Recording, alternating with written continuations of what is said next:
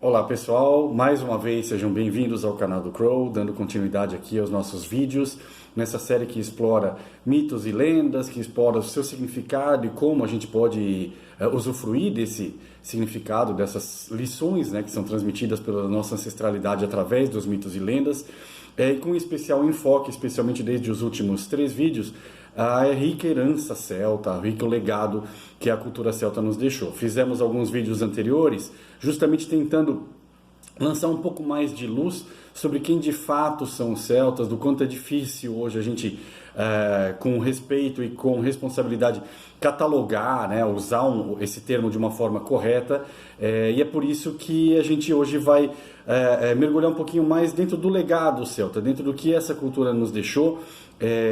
Lembrando que uma cultura, toda cultura, ela evolui através da história, né? Então, se a gente fala de um legado espiritual como, por exemplo, do cristianismo, ou do judaísmo, ou do taoísmo, ou do hinduísmo, todos esses ismos que a gente tem à nossa disposição como mananciais de saber, como mananciais de lição, eles evidentemente se transformam muito com o passar do tempo, eles se transformam na sua origem, eles se transformam na sua interpretação, eles se transformam no seu significado e evidentemente também no que eles oferecem. Então, se não houver liberdade, e a palavra que eu escolhi aqui ela é importante, eu explico, se não houver liberdade para que se entenda o mito dentro desse contexto de transformação ao longo dos tempos, ele acaba por se fossilizar, ele acaba por se estagnar e perde a oxigenação, perde a capacidade de transmitir a lição. Não que não transmita, mas vai ser de uma forma muito mais rígida, muito mais, em alguns casos, superficial. Por que eu falei da liberdade?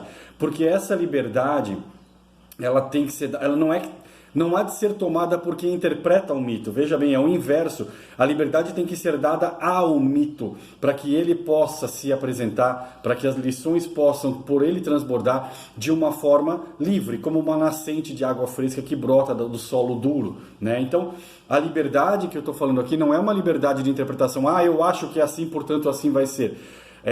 Essa está num dos problemas, essa é uma das raízes de um dos problemas maiores de quem trabalha com a espiritualidade celta, especificamente nos dias de hoje, porque tem muito achismo, porque tem muita interpretação com muita liberdade que não tem condição de ser suportada por uma avaliação histórica, por uma comparação, né, com os elementos que a gente traga da historicidade, de uma avaliação um pouco mais criteriosa. Então, da mesma forma que o taoísmo evoluiu através das eras, que o hinduísmo definitivamente, que o próprio cristianismo nos seus 2000 anos de história evoluiu muito até chegar no que hoje é apresentado nas suas várias ramificações, o mesmo tem que ser feito, a mesma liberdade tem que ser garantida para a espiritualidade celta, para que ela se apresente. Por quê? Porque a essência sempre vai permanecer a mesma. A essência do judaísmo é a mesma, seja antes no judaísmo do templo, seja depois da destruição com o advento do judaísmo rabínico.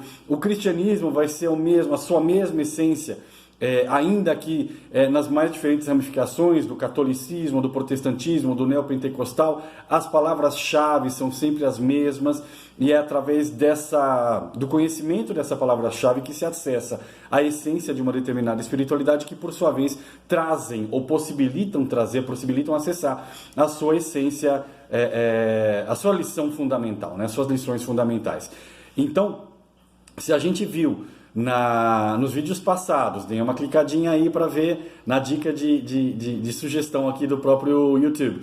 Se a gente falou da evolução que a espiritualidade celta atravessou dos tempos celtas, da Idade do Bronze, Idade do Ferro, passando pela chegada do cristianismo, Roma no continente europeu, depois do cristianismo sem Roma, lá na Irlanda, e o medieval, e até chegar nos dias de hoje.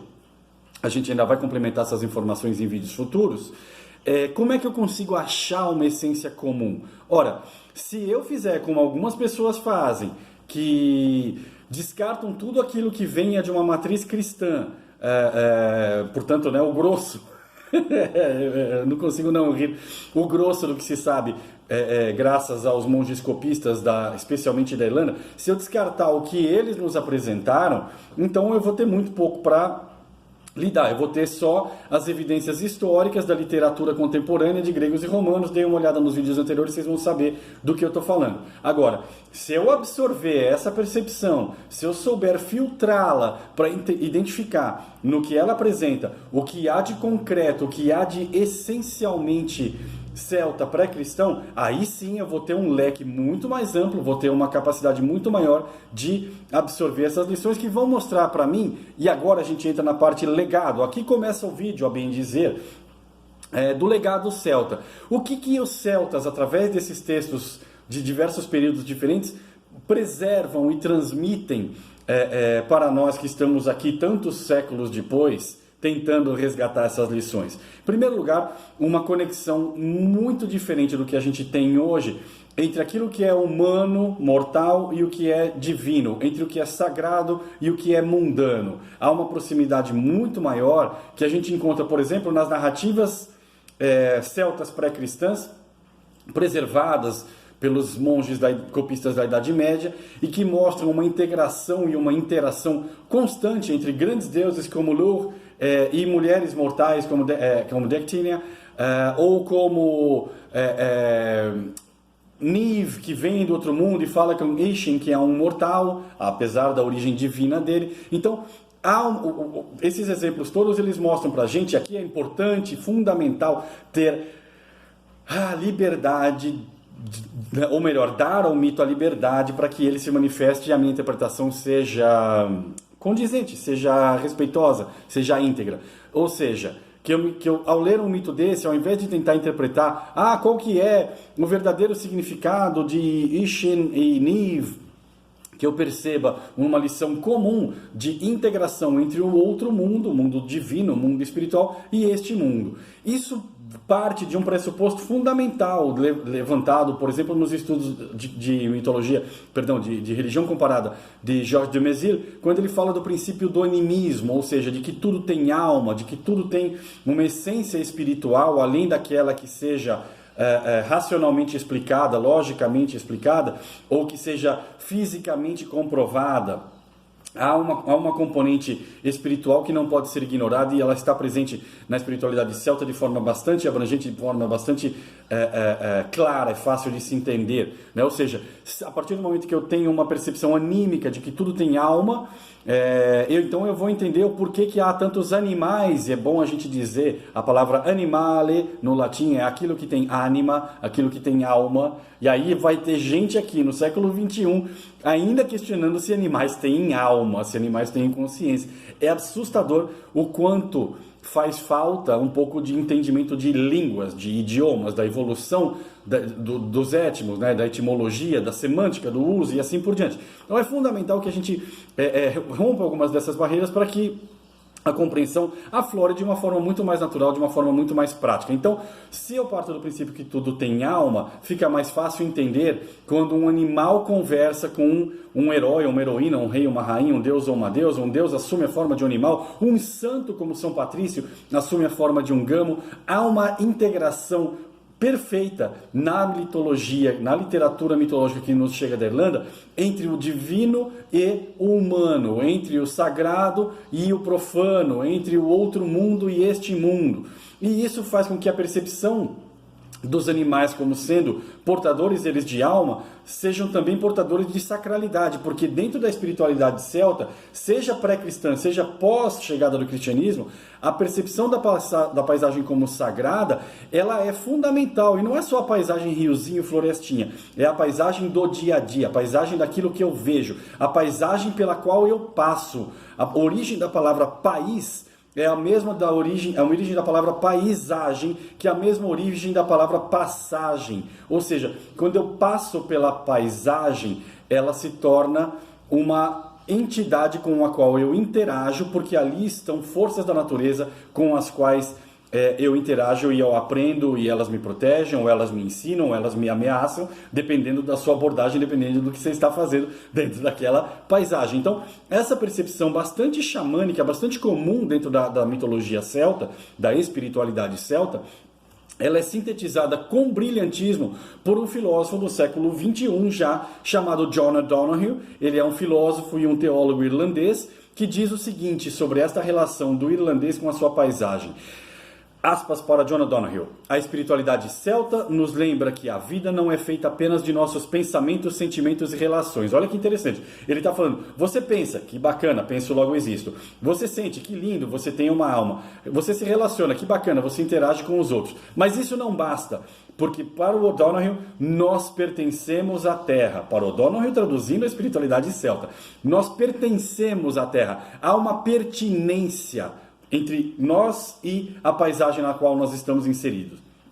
Os ritmos da terra, voltando para o O'Donoghue, os ritmos da terra e suas estações vibram em nossos corações. Não é só um festivalzinho, não é só uma data que esteja lá fora, não é só um íconezinho com frutinhas ou com o sol do outono ou com as flores da primavera. É muito mais, isso está dentro de cada um de nós, vibra dentro do coração, no que eu tenho de mais íntimo. O sol, voltando para o O'Donoghue, o sol aquece a terra e possibilita a vida, então o sol como matriz. A lua abençoa a noite, a lua como matriz. Matriz do quê? Do tempo. No mundo simplificado da espiritualidade celta, há uma clara percepção do sacramento da natureza. A natureza é sagrada e ela torna a nossa relação conosco mesmo, com os outros, com a paisagem, igualmente sagrada. Quando ele fala, o O'Donoghue, fecha aspas para ele, quando ele fala do sol e da lua, nós estamos falando do tempo, nós estamos falando da percepção do tempo, que é ele próprio também sagrado. Esse para mim é um dos mais importantes legados da espiritualidade celta. Entender a espiritualidade celta significa entender a passagem do tempo de uma forma sagrada, entender o ritmo, entender a dança celestial das estações regidas por constelações que se anunciam e trazem consigo as estações nessa dança, né, tão bem explorada antes mesmo dos celtas lá nas Ilhas Britânicas, com Stonehenge, com Newgrange, como Knowth e Dowth, como outros alinhamentos, como a colina de Tara, como os alinhamentos que estão na paisagem da Irlanda, refletindo o céu, as above, so below, o que é acima, assim é embaixo, assim na terra como no céu. Então, esta percepção de micro e macro das 4 estações contidas no mundo, né, no ciclo de um ano, são honradas pelos festivais celtas, cada um associado a uma das estações do ano, em que a gente tem a marcação desse sagrado em contato com a nossa realidade, como herança desses povos anteriores a eles que construíram Newgrange, que construíram Knowth e Dowth lá no Vale do Rio Boyne. A gente vai falar sobre isso também mais para frente, e que nos ensinam a lidar melhor com o tempo, porque o microcosmo de um ano é o macrocosmo da vida, em que eu tenho a primavera, a infância, o verão, o apogeu da juventude, o outono, declínio, maturidade, amadurecer antes da colheita, né? E o inverno, que é a colheita, que é a ceifa, que é a morte, né? Que traz de volta, sempre depois do inverno vem a primavera. E se eu quiser pegar esse mesmo parâmetro do ano e fazer dele um macrocosmo, agora há pouco ele era um microcosmo em relação à vida. Vamos fazer do ano um macrocosmo com relação ao microcosmo do dia. É exatamente a mesma coisa. A aurora, o meio-dia, o declínio do poente, a noite e a nova aurora. Então sempre eu vou ter essa ciclicidade, nascimento, apogeu, declínio e morte. Que baita lição para a sua vida, para você aprender a lidar com o fim de ciclo, com o fechamento de uma relação, com mudança de emprego, com mudança de uma residência e assim por diante. Há uma percepção de sacralidade nisso e há uma sacralidade que ensina, que traz lições para a gente. Outras religiões têm, evidentemente que tem. Todas elas têm a sacralidade do tempo associada nessa questão de micro e macro, como bonequinhas russas, né? A matrioshka, que você tem o micro e o macro, a pequena dentro da grande, que está dentro da maior, e assim sucessivamente. Se eu conseguir entender isso, eu tiro muito mais proveito dos momentos. Eu paro de brigar com o tempo, eu paro de querer impor a minha vontade e aprendo a entender a ciclicidade, aprendo a entender o ritmo, e aí ao invés de me indispor com o tempo, eu bailo, porque há momentos de retração, há momentos de perda, há momentos de colheita, há momentos de abundância, momentos de retração mesmo, em que você não tem mais o que comer, espiritualmente falando, e assim sucessivamente. Se você aprende a lidar com isso, fica tudo muito mais claro. Isso também vai ter uma influência muito grande, este pensamento pré-cristão, no estabelecimento das regras monásticas dos principais mosteiros que se estabelecem, por exemplo, na Irlanda, como a Ordem de Cister, a Ordem Beneditina, que são as primeiras ordens vindas do continente, mas que trazem esta percepção da sacralidade com o tempo de uma forma orgânica. E isso tudo vai fazer com que a gente estabeleça uma melhor relação com a nossa realidade, uma melhor relação com os nossos ciclos vitais, com os nossos ciclos de produção, ciclos de trabalho, ciclos de amor, ciclos de todas as formas. Então, a gente passa a ter uma vida em que o que eu percebo na paisagem que agora volta a ser sagrada, que é isso que eu transmito, ou tento transmitir arduamente nos meus cursos, a sacralidade da vida, quando eu passo a perceber isso, eu desenvolvo uma relação melhor com o mundo à minha volta, porque a relação vai ser de duas mãos. Eu vou me inspirar pelo mundo ao invés de lutar contra o mundo. Eu vou me inspirar pelo tempo ao invés de querer impor a minha vontade ao tempo, ao invés de querer que a minha percepção se imponha aos ciclos, né? Eu aprendo a viver com saber e a saber viver. Acho que a síntese do que a espiritualidade celta nos propõe, através do estudo de centenas de anos de gente que escreveu sobre os celtas lá atrás, os gregos e romanos, passando pelos pensadores medievais que vieram da Irlanda, como Johann Scotus Eriugena, ou passando pelo Renascimento celta, ou passando pelos estudos de William Butler Yeats na poesia e no drama de Synge, de Lady Gregory. Se eu não tiver essa visão global, eu nunca vou chegar ao melhor. Eu vou chegar, mas com muito mais dificuldade, a essa essência que eu falei no começo, que é o legado celta, que nos permite viver melhor. Tem muito mais, é evidente que tem muito mais a ser dito, mas não caberia num vídeo só. 16 minutos, vou cortar aqui porque num próximo vídeo eu vou falar justamente da melhora dessa relação, da inspiração, contato com a inspiração do tempo, das forças da natureza, da ciclicidade, para que a gente possa de fato viver com saber para melhor saber viver. Espero que vocês tenham curtido isso. Sei que tem aqui um belisquinho e é evidente, esta aqui é a matéria-prima de horas e horas de estudo que se transforma em horas e horas de curso. Não vai ser num vídeo de 15, 16, agora 17 minutos que eu vou esgotar o tempo. Mas eu espero ter dado uma percepção para vocês do quanto há para se lucrar, se beneficiar quando eu me mergulho, quando eu me jogo, quando eu me empenho em entender não os cerimoniaizinhos, não os rituaizinhos, não as teoriazinhas, não só a história que eu tanto gosto de transmitir, mas sim mergulhar além e ir naquela mitopoese. Lembra do mergulho dos mitos? Um vídeo lá atrás, quando a gente mergulha nos mitos.